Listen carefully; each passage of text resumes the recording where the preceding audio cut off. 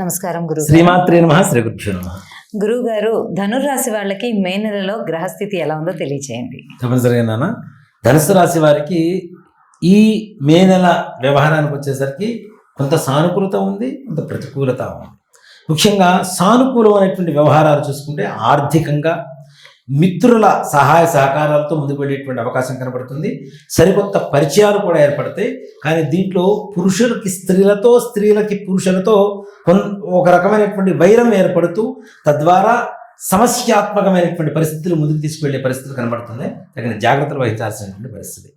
భార్యాభర్తల మధ్యలో కొంచెం అన్యోన్యత లోపించేటువంటి పరిస్థితులు కూడా కనబడుతూ ఉన్నాయి.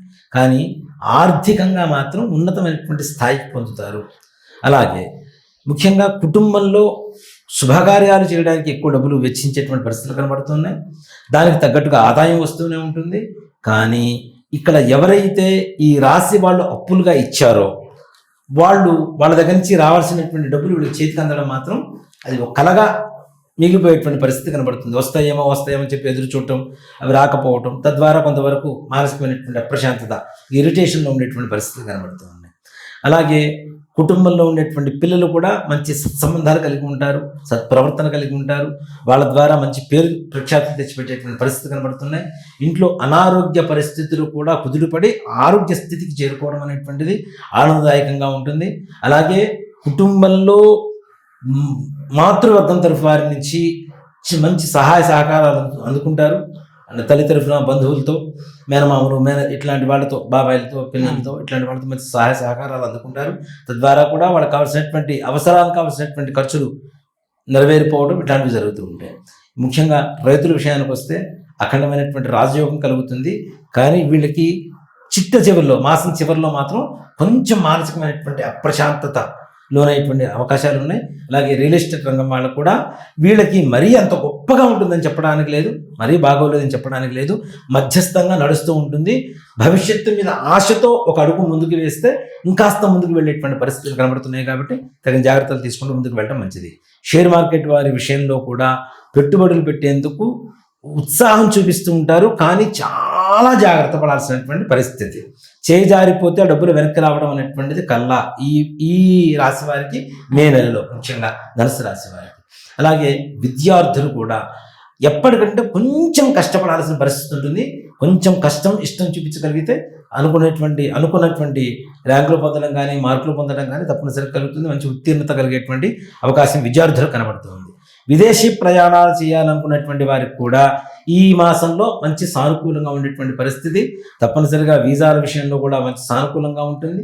వెళ్ళిన తర్వాత అక్కడ పరిస్థితులు కూడా మంచి అనుకూలంగా ఉండేటువంటి వాతావరణం ఉంటుంది.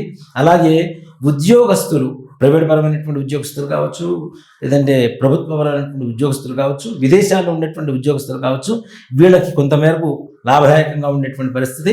ట్రాన్స్ఫర్స్ కావు, కానీ ప్రమోషన్స్తో మాత్రం తప్పనిసరిగా ఆర్థికంగా ముందుకు వెళ్ళేటువంటి పరిస్థితి ఉంటుంది.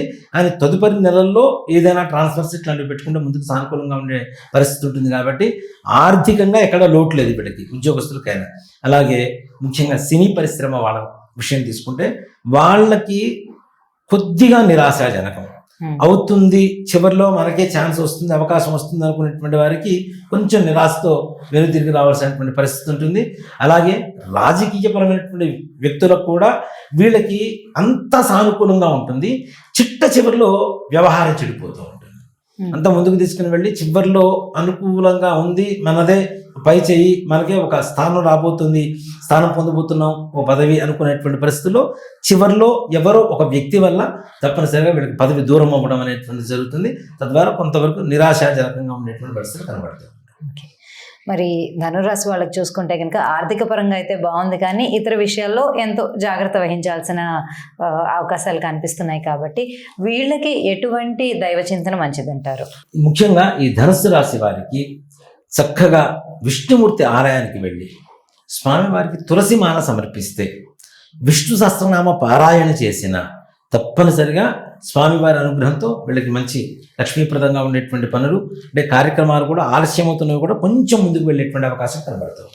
మరి ధనుర్రాశి వారికి ఈ మే నెల ఎలా ఉండబోతుందో చాలా చక్కగా తెలియజేశారు. ప్రతికూలతల్ని ఎదుర్కోవడానికి ఎటువంటి దైవ చింతన కావాలో కూడా చాలా చక్కగా తెలియజేసినందుకు ధన్యవాదాలు. శ్రీమాత్రే నమః. శ్రీ గురుభ్యో నమః.